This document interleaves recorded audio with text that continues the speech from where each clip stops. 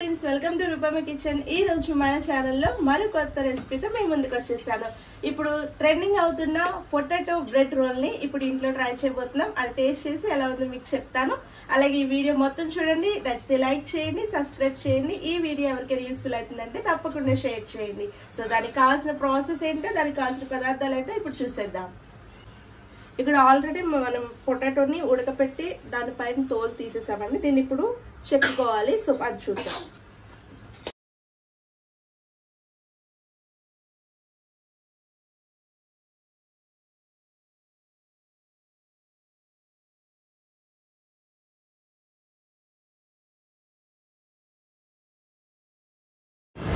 Potato అంతా కూడా ఇలా తురిమి పక్కన పెట్టుకోవాలండి। ఇప్పుడు ఇందులో మరో కొన్ని ఇంగ్రీడియంట్స్ యాడ్ చేయాలి। అందుకోసం నేను ఆల్రెడీ కట్ చేసి పెట్టుకున్నాను। 2 ఆనియన్స్ని సన్నగా తరిగి పక్కన పెట్టుకోండి। అలాగే 2 చిల్లీస్ కూడా సన్నగా తరిగి పక్కన పెట్టుకోండి। ఒక క్యారెట్ని చక్కగా తురిమి పక్కన పెట్టుకున్నాను। సో ఇవన్నీ కూడా ఇప్పుడు పొటాటో మ్యాష్ చేసుకున్న పొటాటో తురుము ఉంది కదా, సో అందులోకి ఇవన్నీ కూడా యాడ్ చేస్తున్నాను అనమాట। మీకు కావాలి అనుకుంటే, నాకు దొరకలేదు, మీకు కావాలి అనుకుంటే స్వీట్ కార్న్ కూడా మీరు యాడ్ చేసుకోవచ్చు। బట్ ఇంట్లో ఉన్న వాటితో మనం ప్రిపేర్ చేస్తున్నాము, ఇది కూడా చాలా ఎమ్మీగా ఉంటుందన్నమాట। ఇందులో ఇప్పుడు రుచికి సరిపడా కారం, ఉప్పుని యాడ్ చేస్తున్నాను। మీ టేస్ట్కి తగ్గట్టు రుచికి సరిపడా ఉప్పుని యాడ్ చేసుకోండి। కారం 1 స్పూన్ యాడ్ చేసుకుంటే సరిపోతుంది। ఒకసారి చేతితో చక్కగా మిక్స్ చేసేయండి। ఇప్పుడు ఈ పిండి ముద్దని మనం ఫింగర్ బౌల్ని రెడీ చేసుకోవాలండి। వీడియోలో చూపిస్తున్నట్టు ఫింగర్ బాల్ లాగా రెడీ చేసుకోండి। చూసారా, వీడియోలో చూపిస్తున్నాను కదా, ఈ విధంగా రోల్ చేసి పక్కన పెట్టుకోవాలి।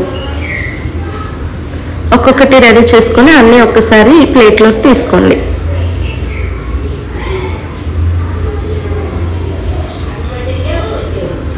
చూసారు కదా, ఈ పిండి ముద్ద అంతా కూడా ఈ విధంగా రెడీ చేసుకున్నాం అనమాట। ఇప్పుడు నెక్స్ట్ స్టెప్ వచ్చేసి మనం బాండి పెట్టి స్టవ్ ఆన్ చేసుకుందాం।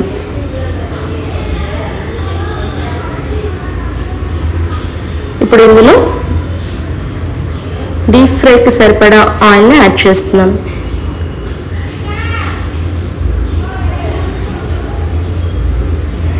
నెక్స్ట్ స్టెప్ వచ్చేసి మనకి కావాల్సినవి బ్రెడ్ స్లైసెస్ అన్నమాట।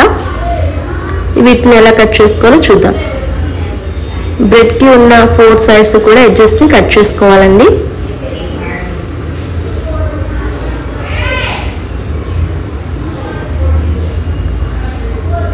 మీరు ఎన్ని పొటాటో రోల్స్ చేసుకున్నారో అన్ని బ్రెడ్స్ని మీరు రెడీ చేసి పక్కన పెట్టుకోవచ్చు।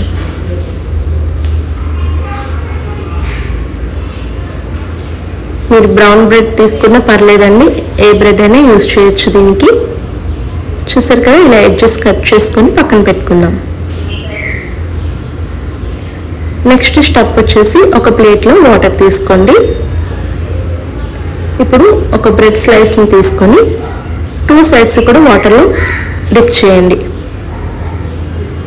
ఇప్పుడు ఆ బ్రెడ్ స్లైస్ని చేతి మధ్యలో పెట్టి గట్టిగా ప్రెస్ చేస్తే వాటర్ అన్నీ కూడా కిందకి వెళ్ళిపోతాయి।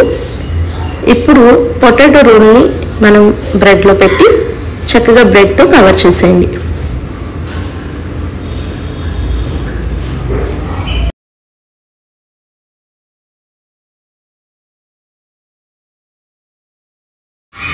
ఆయిల్ కూడా హీట్ అయిపోయిందండి। ఇప్పుడు ఈ బ్రెడ్ పొటాటో రోల్ని ఆయిల్లో డిప్ చేసుకుందాం।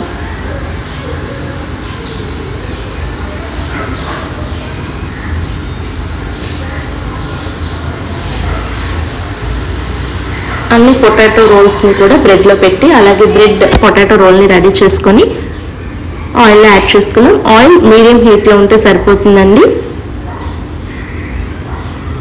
1 బై 1 డిప్ చేసుకోండి।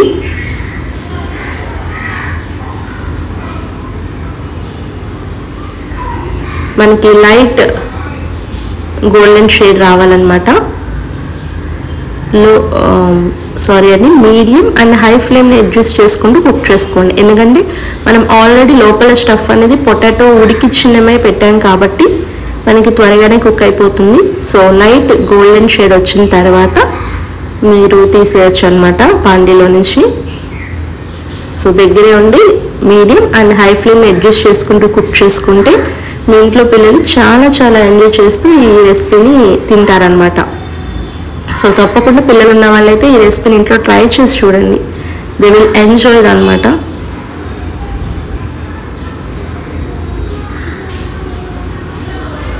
సో చూసారు కదా, ఆల్రెడీ లైట్ గోల్డెన్ షేడ్ వచ్చేసింది. సో నేను 1 by 1 ఇక్కడ నుంచి టిష్యూలోనికి తీసుకుంటున్నాను. ప్లేట్లో టిష్యూ వేసుకొని టిష్యూ ఉన్న ప్లేట్లోకి వీటిని ట్రాన్స్ఫర్ చేసుకోండి.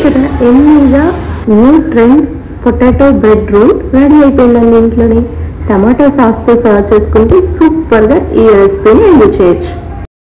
నేనైతే బాగా ఎంజాయ్ చేశాను. తప్పకుండా మీరు కూడా ఇంట్లో ట్రై చేసి చూడండి. Thanks for watching.